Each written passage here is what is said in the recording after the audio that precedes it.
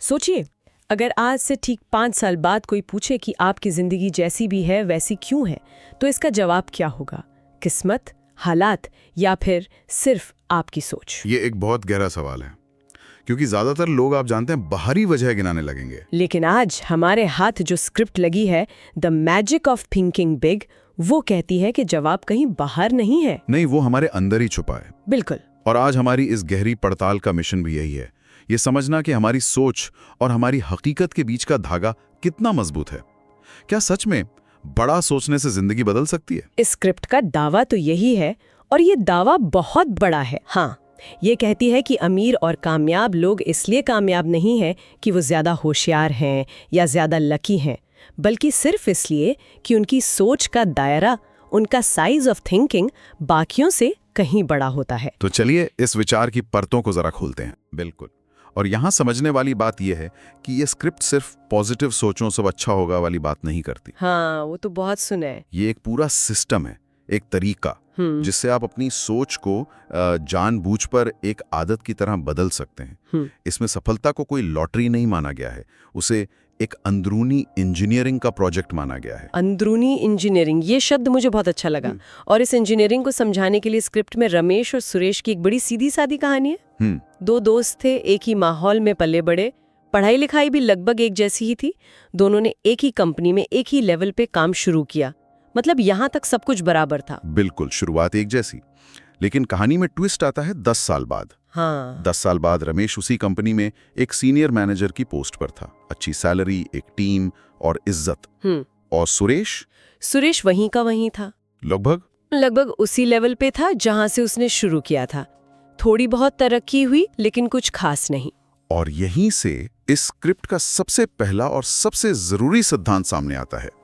आपकी सफलता आपकी सोच के आकार पर निर्भर करती है। बिल्कुल, आपकी सोच के आकार पर। लेकिन ईमानदारी से कहूंगी तो बड़ा सोचना, ये शब्द सुनने में जितना अच्छा लगता है उतना ही खोखला भी लग सकता है ना? हाँ, ये एक बहुत आम गलतफहमी है। क्या इसका मतलब सिर्फ दिन में सपने देखना है कि मैं एक दिन बहुत अमीर बन जाऊंगा? नहीं, और स्क्रिप्ट इस पर बहुत साफ है। वो कहती है कि बड़ा सोचना हवाई किले बनाना नहीं है, ये अपनी क्षमताओं पर एक गहरा सच्चा यकीन करना है। अच्छा। ये सिर्फ ये कहना नहीं है कि मैं एक दिन करोड़पति बनूंगा, बल्कि ये कहना है कि इस प्रोजेक्ट को मैं लीड कर सकता हूं, या ये स्किल मुश्किल है पर मैं सीख सकता हूं, या फिर मैं इस प्रमोशन के लायक हूं। मतलब ये नजरिए का फर्क है। बिल्कुल। जहां एक इंसान को समस्या एक दीवार की तरह दिखती है, वहीं बड़ा सोचने वाले को उसी दीवार में एक दरवाजा नजर आने लगता है। मतलब ये उम्मीद से ज्यादा आत्मविश्वास का खेल है। पर अगर ये इतना ही आसान होता तो हर कोई बड़ा सोच रहा होता। सही बात है। जरूर कुछ रुकावटें होंगी जो हमें रोकती हैं। हाँ। और यहाँ स्क्रिप्ट का विश्लेषण बहुत दिलचस्प हो जाता है। इसमें सफलता के 4 सबसे बड़े दुश्मनों का जिक्र है, जिन्हें बहाना रोग या एक्सक्यूज आइटिस कहा गया है। मुझे तो पढ़ते हुए लगा कि इनमें से 2-3 तो मेरे अपने बहाने हैं। हम सबके होते हैं। ये बहाने असल में हमारे दिमाग का एक सेफ्टी मैकेनिज्म है। सेफ्टी मैकेनिज्म कैसे? ये हमें एक्शन लेने और फेल होने के डर से बचाते हैं। ये हमारे कंफर्ट जोन के अदृश्य गार्ड हैं। अच्छा, तो पहला गार्ड है बुद्धि का बहाना। लोग कहते हैं मैं उतना स्मार्ट नहीं हूं, या मेरा दिमाग उतना तेज नहीं है। लेकिन स्क्रिप्ट एक चौंकाने वाला तथ्य बताती है। वो कहती है कि दुनिया के टॉप सीईओज या कामयाब लोगों में से ज्यादातर का आईक्यू औसत या उससे थोड़ा ही ज्यादा होता है। बिल्कुल। उनकी असली ताकत उनका आईक्यू नहीं है। तो क्या है? उनका रवैया, उनका खुद पर विश्वास। कामयाब लोग ज्ञान को इज्जत देते हैं, लेकिन वो ये भी जानते हैं कि असली चीज ज्ञान का इस्तेमाल करने की काबिलियत है, न कि सिर्फ उसे जमा करना। वो सोचते हैं अगर ये इंसान कर सकता है तो मैं भी सीख कर सकता हूं। वो अपनी बुद्धि को पत्थर की लकीर नहीं मानते, उसे एक मसल की तरह देखते हैं। हाँ, जिसे ट्रेनिंग से मजबूत किया जा सकता है। और दूसरा बहाना जो बहुत ही आम है वो है सेहत का। मेरी सेहत ठीक नहीं रहती, मुझ में उतनी एनर्जी नहीं है। हाँ, ये तो हम सबने सुना है। हम सबने किसी न किसी को ये कहते सुना है। और स्क्रिप्ट यहाँ ये नहीं कहती कि सेहत जरूरी नहीं है।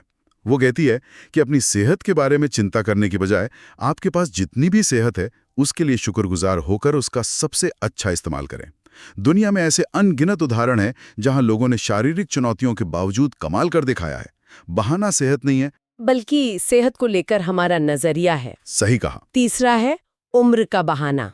कुछ कहते हैं अभी मैं बहुत छोटी हूँ, मेरे पास तजुर्बा नहीं है, और कुछ कहते हैं अब बहुत देर हो चुकी है। हाँ, एक ही सिक्के के दो पहलू। बिल्कुल। स्क्रिप्ट कहती है कि आपकी उम्र उतनी ही है जितना आप महसूस करते हैं।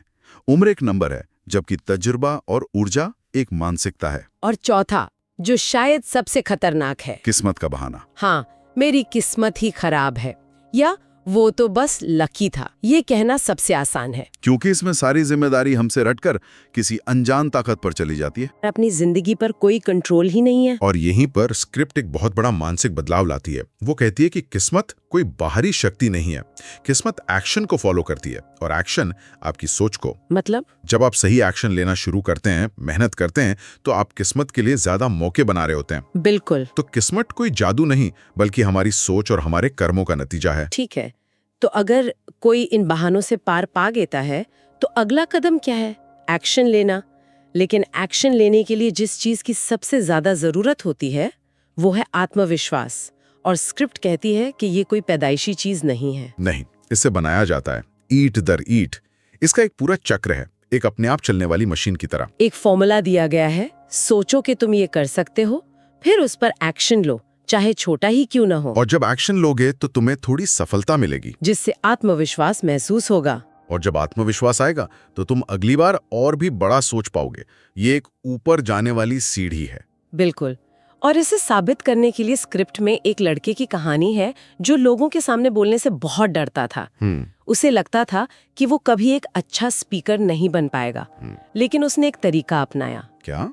उसने तय किया कि वो रोज शीशे के सामने खड़ा होगा और बस 1 मिनट के लिए किसी भी टॉपिक पर बोलेगा। शुरू में तो बहुत अजीब लगा होगा। हाँ, अपनी ही शक्ल देखकर कौन बात करता है। बिल्कुल, लेकिन वो करता रहा, बिना किसी को बताए, रोज 1 मिनट। और धीरे धीरे उसका डर कम होने लगा, उसका आत्मविश्वास बढ़ने लगा। और फिर 6 महीने बाद स्कूल में एक भाषण प्रतियोगिता हुई, और उसी लड़के ने, जो कांपता था, उसमें पहला इनाम जीता। वाह, उसने एक्शन लेकर अपने आत्मविश्वास को खुद बनाया। ये कमाल की बात है, क्योंकि ये दिखाता है कि आत्मविश्वास एक भावना से ज्यादा एक स्किल है। उसे प्रैक्टिस किया जा सकता है, जैसे कोई जिम में मसल्स बनाता है। बिल्कुल वैसे ही एक्शन लेकर आत्मविश्वास बनाया जा सकता है। और ये सिर्फ एक्शन से नहीं, हमारी भाषा से भी जुड़ा है। हाँ, अगर हम इससे बड़ी तस्वीर से जोड़कर देखें तो हमारे शब्द हमारी सोच को ताकत देते हैं, हमारे दिमाग के लिए कमांड की तरह होते हैं। बिल्कुल। जब हम कहते हैं मैं ये करूंगा, तो हमारा दिमाग उस काम को करने के रास्ते खोजने लगता है। अच्छा। लेकिन जब हम कहते हैं मैं कोशिश करूंगा, तो हम अपने दिमाग को पहले से ही हारने का एक विकल्प दे देते हैं। स्क्रिप्ट में छोटी सोच और बड़ी सोच की भाषा में बहुत साफ फर्क बताया गया है। हाँ, छोटी सोच की भाषा होती है शायद, देखते हैं, मुमकिन नहीं है, ये एक समस्या है। जबकि बड़ी सोच की भाषा होती है मैं करूंगा, मैं सीख रहा हूं, यह संभव है या एक चुनौती है। सिर्फ शब्द बदलने से ही पूरी एनर्जी बदल जाती है। यह एक ऊपर की ओर जाने वाला चक्र है। एक्शन से आत्मविश्वास पैदा होता है, और सही भाषा उस आत्मविश्वास को बनाए रखती है, उसे और मजबूत करती है। और जब हम एक्शन लेते हैं तो जाहिर है हम हर बार सफल नहीं होंगे, असफलता तो आएगी ही। हाँ, बिल्कुल। और यहीं पर स्क्रिप्ट असफलता को देखने का एक ऐसा नजरिया देती है जो मेरे हिसाब से गेम चेंजर है। हाँ, ये असफलता से जुड़े डर और शर्म को पूरी तरह से खत्म कर देता है। आमतौर पर हम क्या सोचते हैं, अगर हम किसी काम में फेल हो गए तो हम सोचते हैं मैं एक लूजर हूँ, है ना? हाँ, हम उस एक घटना को अपनी पूरी पहचान बना लेते हैं। लेकिन स्क्रिप्ट कहती है कि कामयाब लोग ऐसा नहीं सोचते। जब वो असफल होते हैं तो वो कहते हैं मुझे डेटा मिला है। मुझे डेटा मिला है।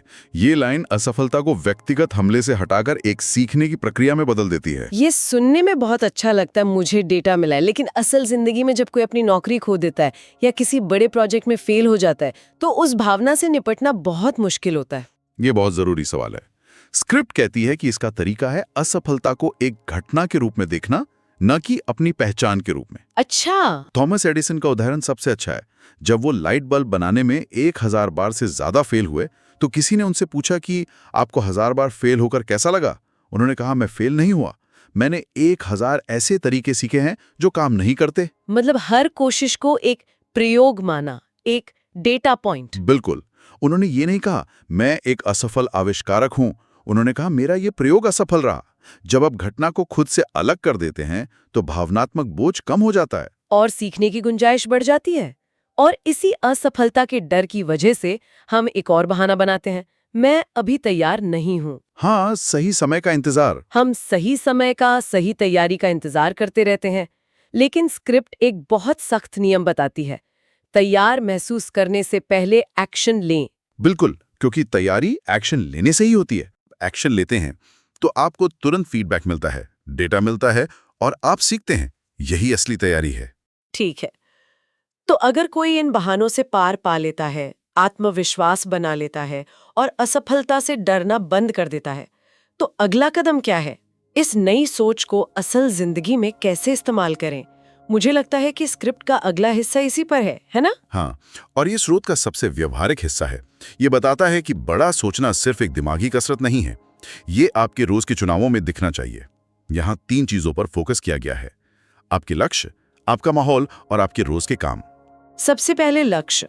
स्क्रिप्ट कहती है कि बिना लक्ष्य के इंसान उस नाव की तरह है जिसमें इंजन तो है पर चलाने वाला कोई नहीं। बस लहरों के साथ बहती रहती है। और यहाँ एक नियम दिया गया है, अपने कंफर्ट जोन से 10 गुना बड़े लक्ष्य निर्धारित करें। ये सुन के थोड़ा अजीब लग सकता है, 10 गुना। और इसके पीछे एक मनोविज्ञान है।